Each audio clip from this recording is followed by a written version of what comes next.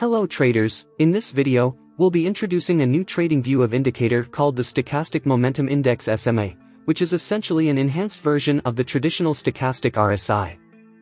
We'll delve into how this indicator functions and explore how it can be effectively combined with other technical indicators to craft a highly profitable trading strategy. If you find this video informative, please don't forget to hit the like button. Let's dive right in. To begin, let's add the Stochastic Momentum Index to our TradingView chart. Simply navigate to the Indicator Search tab and type in Stochastic Momentum Index. Select the one created by the Surjith Qutli. Once added, you'll notice a dark line on the chart. Customize the indicator's settings, click on Gear icon. And after go to Style tab, change Stochastic Line, including changing its path increase for better visibility. See here, plots all are in second and fourth plot uncheck.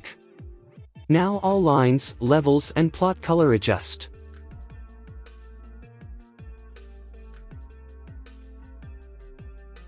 The Stochastic Momentum Index is a variation of the traditional stochastic oscillator.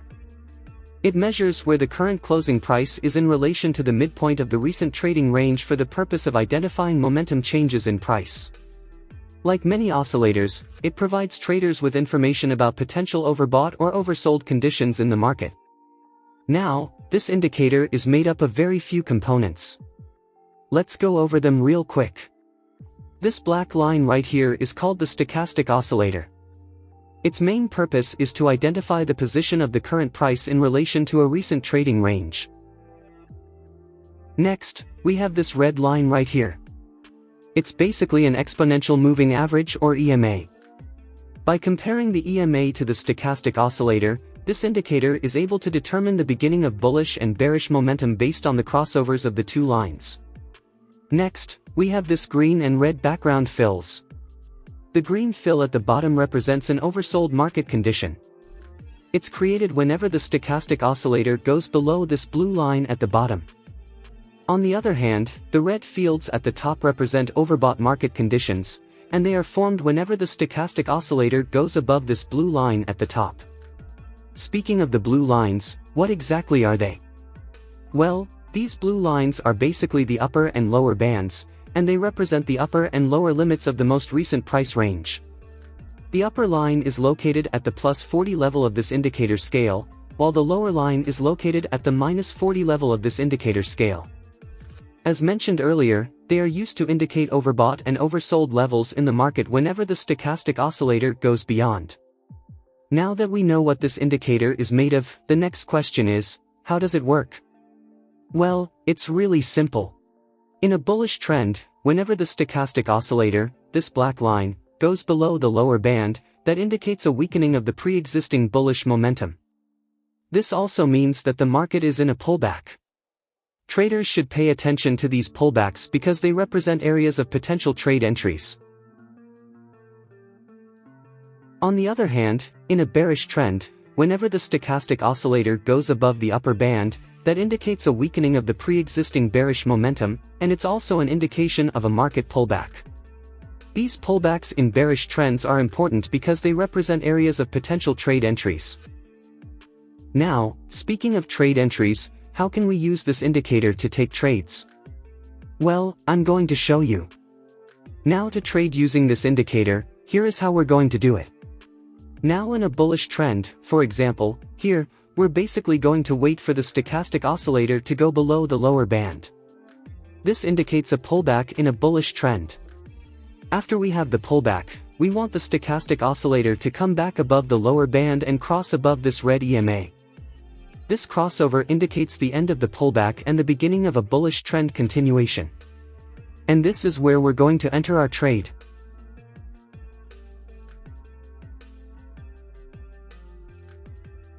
To take a short trade, it's going to be the opposite.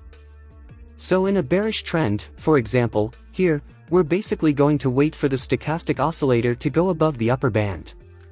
This indicates a pullback in a bearish trend. After we have the pullback, we want the stochastic oscillator to come back below the upper band and cross below this red EMA. This crossover indicates the end of the pullback and the beginning of a bearish trend continuation.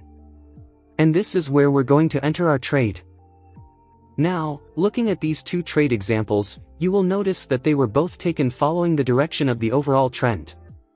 How do you make sure that the market is in a bullish trend or in a bearish trend?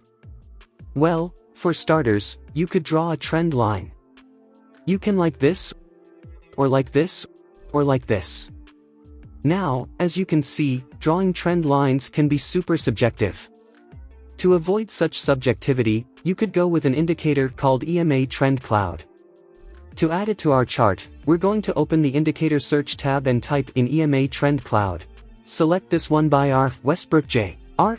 Double-click on the EMA Trend Cloud to access the Settings panel. On the Inputs tab, change the fast EMA length to 50 and then change the slow EMA length to 200. Head over to the Style tab and uncheck Fast EMA and Slow EMA checkboxes. After that, click OK. Now we have this beautiful trend cloud on our chart, which is just composed of the 50-period EMA at the top and a 200-period EMA at the bottom.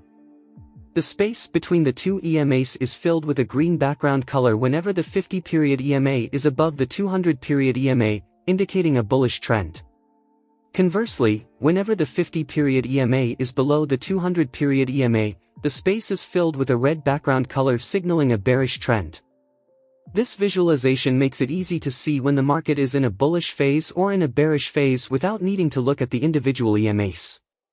Now to trade using this combined indicator strategy, here is how we're going to do it. To take a long trade, first, we want the market to be in a bullish trend. To confirm that, we just make sure that the EMA trend cloud is colored green and the price is trading above it. This indicates a bullish trend. Second, we want a pullback to happen within this bullish trend. To confirm that, we're going to pay attention to the stochastic momentum index. We're going to wait for the stochastic oscillator to go below the lower band of the stochastic momentum index. This indicates that the market is in a pullback within this bullish trend. Third, during the pullback, the price should touch the EMA trend cloud without breaking and closing below it. We will also skip it if it breaks and closes below the trend cloud like this. Next, after the pullback, we want the stochastic oscillator to cross above this red EMA, and that crossover should happen above this lower band. If the crossover happens below the band, that setup becomes valid. Last but not least, we want the crossover candle to be a bullish or a green candle like it is right here. Although entry conditions are met on this candle, so we're going to enter a long trade here. The stop loss is going to be set below the most recent swing low. And for the take profit, we're going to set it at 1:1.5 risk to reward ratio. We let the trade run and take profit. For short trades, we're just going to reverse all the conditions. First, we want the market to be in a bearish trend.